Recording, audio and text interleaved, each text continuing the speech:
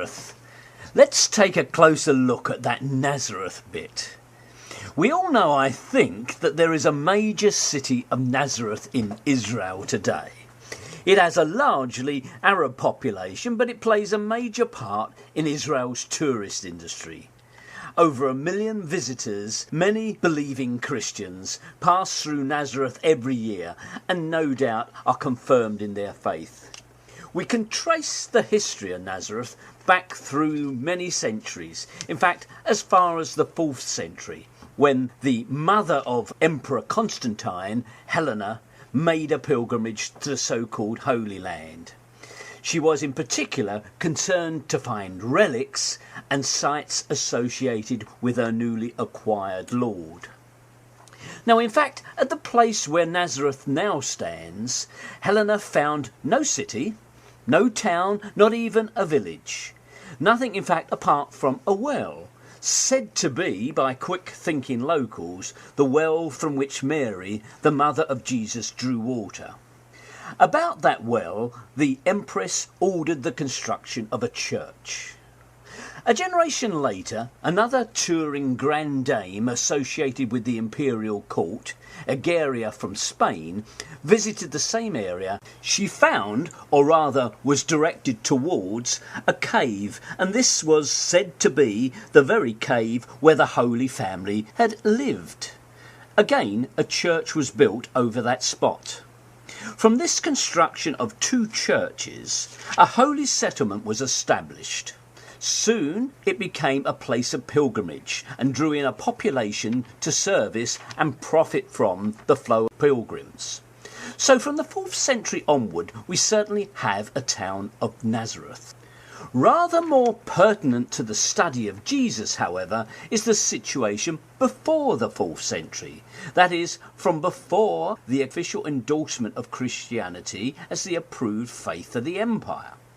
Now, it is a fact that in the 3rd century, the church father Origen, who lived incidentally in the coastal city of Caesarea, barely 30 miles from where Nazareth now stands, made the comment that he had no idea where Nazareth was located. We also have the testimony of the so-called Pilgrim of Bordeaux, an early visitor to the Holy Land who has left his itinerary for posterity. And interestingly enough, although this pilgrim visits and records so many places referred to in the Old Testament, he makes no reference at all to the city or town of Nazareth.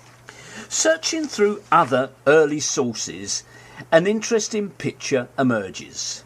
Nazareth is mentioned not once in the entire Old Testament, nor is Nazareth mentioned in the holy works of the Jews, the Talmud. The letters ascribed to the Apostle St. Paul, though mentioning the name Jesus more than 200 times, not once mention the town of Nazareth. In fact, no ancient history or geographer mentions such a place. As it happens, 200 years of searching by biblical archaeologists gives no support to the town existing in the 1st century either. There are meagre finds from both earlier and later periods, most of them associated with burials. But at best, the few artefacts point towards a small farming settlement, perhaps a single or perhaps 2 or 3 extended families, but nothing that would correspond to the so-called City of Nazareth recorded in the Gospels. Now, such a tiny rustic community would not have had a synagogue where Jesus might have spoken.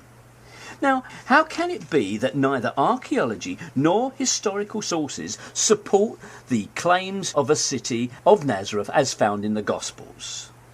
The answer is that the city of Nazareth is the product of religious faith, not its precursor, as the hometown of Jesus. In the original fable written in Greek by the author, which we now call Mark, we don't find Jesus of Nazareth, but in fact Jesus the Nazarene. Nazarene is quite unrelated to a place name. It refers problematically either to truth or to branch, and may possibly have some link to Nazarite, one who takes a religious vow. Now, the later version of Mark's tale that we call the Gospel of Matthew substituted the town of Nazareth for Nazarene in order to give his hero a hometown. The name Jesus of Nazareth is fabricated and misleading. With the city referred to in Holy Scripture, the state-sponsored religion of the 4th century set about creating a city to fit the fable. In 1st century Galilee, there was no Nazareth. And if there was no Nazareth, there was no Jesus of Nazareth. Here's a lie invented by the church.